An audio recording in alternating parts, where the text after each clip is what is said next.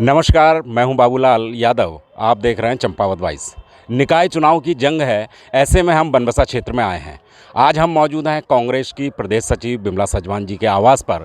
तो जानते हैं उनसे क्या हालात हैं बनबसा नगर पंचायत चुनाव के। तो सबसे पहले मैडम, आपका चंपावत वॉइस में नमस्कार है। नमस्कार बाबूलाल भाई जी।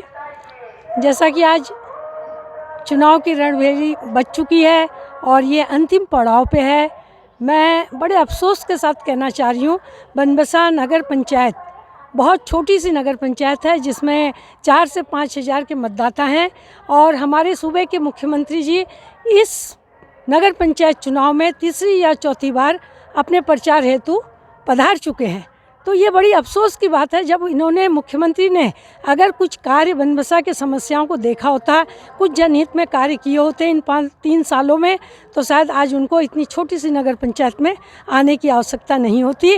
और जिस दिन उन्होंने इस नगर पंचायत का, जो कि पहला चुनाव लास्ट पंचवर्षीय में हुआ था, नया नगर पंचायत बना था और आज ये दूसरी बार नगर पंचायत में चुनाव हो रहा है और इसमें शायद वो चाहते, उनकी विधानसभा गृह क्षेत्र था, इसको ये उनकी हार, राजनीतिक हार उस समय हो गई जब इन्होंने इस नगर पंचायत को ऐसी अनुसूचित आरक्षण कर दिया। वहीं से उनकी राजनीतिक हार हो गई, क्योंकि उनके पास भारतीय जनता पार्टी जो आज कितने भी डंका बजा ले, उनके पास सामान्य वर्ग में कोई भी सीट जीतकर अध्यक्ष पद के लिए पहुंचने वाला व्यक्ति नहीं था।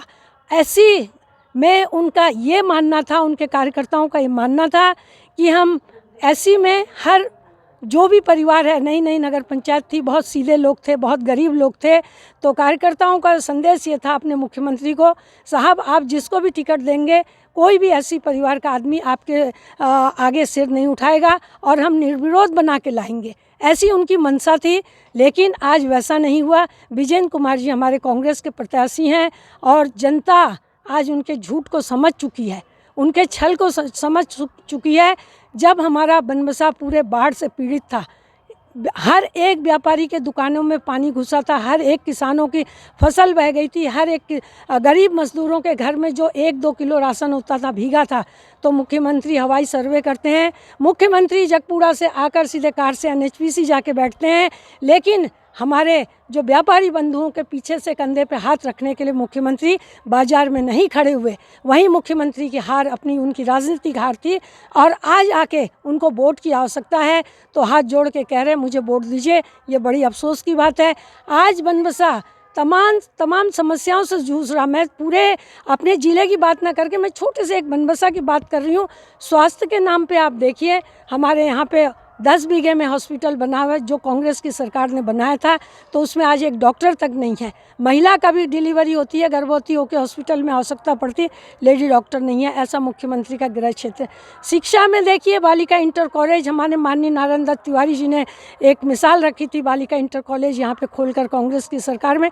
आज उसमें कक्ष नहीं है, उसमें टीचर्स नहीं है, तो बच्चे कहाँ से आएंगे। आज ये बेटी बचाओ बेटी बढ़ाओ का ये नारा देते हैं। हमारे आंतरिक मार्गों का, जो मैं रोज़ पढ़ती हूँ, जितनी बार मुख्यमंत्री आते हैं, आंतरिक मार्गों का निर्माण, आंतरिक मार्गों की वो खस्ता हाल है, हम कह नहीं सकते, वो साक्षात आप देख सकते हैं। तीसरी बात, जो हमारा बनबसा, कोई कल कारखाने, कोई स्कूल, कोई उद्योग नहीं है। जो हमारे भाई लोग यहाँ पे रोजी रोटी, रिक्शे वाले, टुकटुक वाले, व्यापारी बंधु, नेपाल से जुड़ा होने के कारण नेपाली यात्री जब दिल्ली बेंगलोर से आते हैं तो बनबसा में रुककर यहाँ पे से बाज़ार से व्यापारियों से खरीदारी करके हमारे व्यापारियों को पैसा मिलता है। हमारे टुकटुक वाले 2 पैसा कमाते हैं, रिक्शे वाले 2 पैसा कमाते हैं, मजदूर ठेली चलाकर कमाते थे। लेकिन जहाँ मैत्री बस के नाम पर जो नेपाल से, काठमांडू से 2 बसें थी, आज यही मुख्यमंत्री है, मुख्यमंत्री के द्वारा आज 10-15 बसें बेधड़क चलाई जा रही, जो कि हमारा बनबसा का पूरा कारोबार तहस नहस कर दिया इन्होंने। आज इनके कोई कार्यकर्ता कहते, मैं सुन रही थी मीडिया के जरिए, विकास मील का पत्थर साबित हो रहा हमारा ड्राई पोर्ट। जो ड्राई पोर्ट हमारा बंदरगाह, सूखा बंदरगाह जो हमारे जगपुरा से लेकर नेपाल के बॉर्डर तक बना हुआ है, भला उस ड्राई पोर्ट का हमारे स्थानीय लोगों को क्या फ़ायदा है।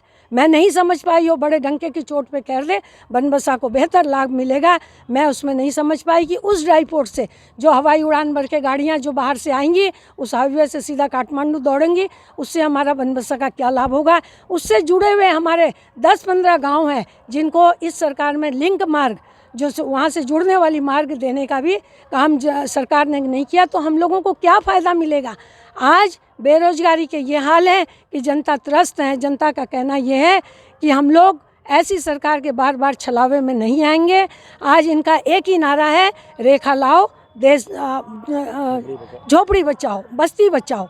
अरे मैं ये पूछना चाहती हूँ इस सरकार से, इसी सरकार 10 साल ये डबल इंजन की सरकार जो हम कहती थी, यूपी में इनकी सरकार, उत्तराखंड में इनकी सरकार, केंद्र में इनकी सरकार, जब वो सिंचाई विभाग की भूमि है उसमें नगर पंचायत की 10-10 दुकानें बनी हैं, वो 90 साल के लिए जब लीज में हो सकती है, तो ये जो हमारे झुग्गी झोपड़ी वाले गरीब लोग रह रहे हैं उनके मकान क्यों नहीं लीज पे हो सकते हैं। और रही दूसरी बात, जो आज वो कहते हैं और जो वहाँ पे जो कोर्ट में गए वो भी बीजेपी के कार्यकर्ता हैं, जिन्होंने कोर्ट में दायर किया वो भी बीजेपी के कार्यकर्ता हैं, और चेयरमैन भी बीजेपी का, विधायक भी बीजेपी का, सांसद भी बीजेपी का, सभासद भी बीजेपी का।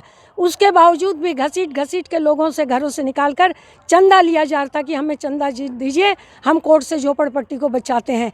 तो क्या आज मुख्यमंत्री या हमारे सांसद, हमारे विधायक इस काबिल नहीं है? हमने विधायक नहीं चुना था, हमने अपना मुख्यमंत्री चुना था।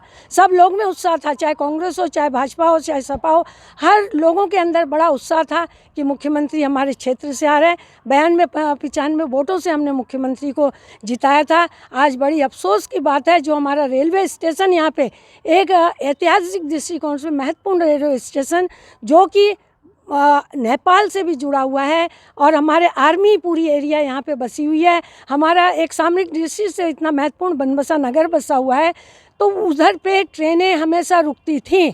लेकिन जब से भाजपा की सरकार आई है डबल इंजन की, अब रोना रो रहा है ट्रिपल इंजन लाई है, तो यहाँ पे मथुरा तीर्थ जाने के लिए भी बड़ा ढोंग पीटते हैं राम नाम का। और आज इनकी एक भी ट्रेनें यहाँ पे नहीं रुकती हैं बनबसा में। दुख की बात है, मझौला और न्यूरिया जैसे स्टेशनों में ट्रेनें रुकती है, लेकिन सामाजिक दृष्टिकोण से इतना बड़ा हमारा रेलवे स्टेशन है, यहाँ पे कोई भी ट्रेनें नहीं रुकती हैं। आज सांसद आके कहते हैं रेखा को लाइए, बस्ती को बचाइए। सांसद जी आप इस्तीफा दे दीजिए, अगर रेखा जी आपसे बड़ी हो गई तो आप इस्तीफा दीजिए, हम निर्विरोध रेखा जी को इस कुर्सी पे बैठा देते हैं। मुख्यमंत्री जी आप इस्तीफा दीजिए, हम निर्विरोध रेखा जी को हम कुर्सी पे बैठाते हैं। तो ये सब सारी चीज़ें आज जनता जान चुकी है। आज कांग्रेस के पक्ष में एक तरफा मतदान होने वाला है। मैं कहना चाहती हूँ कि ये बनबसा ही नहीं, हमारे टनकपुर, चंपावत, लोहाघाट, पिथौरागढ़, संपूर्ण हमारे देहरादून में जो बयार कांग्रेस के प्रति बह चुकी है, ये अब रुकने वाली नहीं है। और मैं जनता से अपील करना चाहूँगी, मैं उनकी एक बेटी हूँ, एक बहन हूँ, एक बहू हूँ। मेरे पे भी बहुत दबाव पड़ा, मुझे इतना दबाव पड़ा जिस दिन से मैं इस प्रत्याशी को कांग्रेस पार्टी से लाई हूँ, मुझे तरह तरह के प्रलोभन दिए गए हैं। लेकिन हम लोग जनता के सेवक हैं, किसी नेता के सेवक नहीं हैं। मुझे किसी चीज़ का लालच नहीं है, मैं सिर्फ मुझे एक समाज सेवा का एक अपने अंदर जुनून है। मैं आज 30-35 सालों से समाज में हूँ, जनता मुझे एक सेवक के रूप में मानती है और मैं जनता के एक सेवक के रूप में जनता के मध्य हूँ। या अपने कांग्रेस के कैंडिडेट विजन कुमार जी लोग को लेकर, और मैं अपील करना चाहूँगी आने वाले 23 तारीख को ज़्यादा से ज़्यादा भारी संख्या में घरों से निकलकर ईंट का जवाब पत्थर से देने का समय आ गया। हाथ के पंजे को मोहर लगाकर आप विजन कुमार जी को मजबूत बनाइए, उनके साथ मैं आपके सेवक के रूप में रहूँगी। मैं एक महत्वपूर्ण बात आप सबको और कहना चाहती हूँ, जितने भी बनबसा में पोस्टर लगे हैं, आप देखिए रेखा देवी के साथ हमारे मुख्यमंत्री जी के पोस्टर लगे हैं, और जो यहाँ स्थानीय जो अपने को बीजेपी के मठाधीश बोलते हैं, उनका एक का भी तस्वीर फोटो आप उसमें नहीं देखेंगे। और जबकि हमारे विजय कुमार जी के साथ एक मेरा पोस्टर लगा है, मैं आपके सेवक के रूप में विजय कुमार जी के साथ और आपके साथ कंधे से कंधा मिलाकर मैं इस विकास की गति को, इस बनबसा को एक नया आयाम देना चाहती हूँ। ये मेरा सपना था और इसको आप लोग पूरा करने में मेरा साथ दीजिए, मेरे हाथ मजबूत करिए। गरीब बंधुओं से, गरीब भाइयों से, मजदूरों से, व्यापारियों से, अपनी महिला बहनों से, युवा साथियों से, सबसे मेरा निवेदन है, मुझे 30-35 सालों से आपने मजबूती दी है, किसी भी उस राह पे मुझे आप लोगों ने कमज़ोर होने नहीं दिया। वो मेरी किस्मत थी जो पिछले बार जो भूल चूक हुई, लेकिन फिर भी मैं आपके साथ एक सेवक के रूप में हमेशा खड़ी रही हूँ और खड़ी रहूँगी। इन्हीं शब्दों के साथ धन्यवाद। धन्यवाद सजवान मैडम, आपने अपने राजनीतिक अनुभवों के बारे में और कांग्रेस को आज जिताने के लिए, क्योंकि जहां विजेंद्र कुमार को कांग्रेस हाईकमान ने टिकट दिया है, तो आपने दावे किए हैं कि बनबसा का विकास होगा और क्षेत्रीय स्तर से लेकर राष्ट्रीय और प्रदेश स्तर के मुद्दों पर भी उनके द्वारा सकारात्मक प्रयास किया जाएगा। कहीं ना कहीं भाजपा पर उन्होंने तंज भी कसे हैं और ये उनका दर्द दिखाई देता है। तो मैं बाबूलाल यादव, चंपावत वॉइस, बनबसा।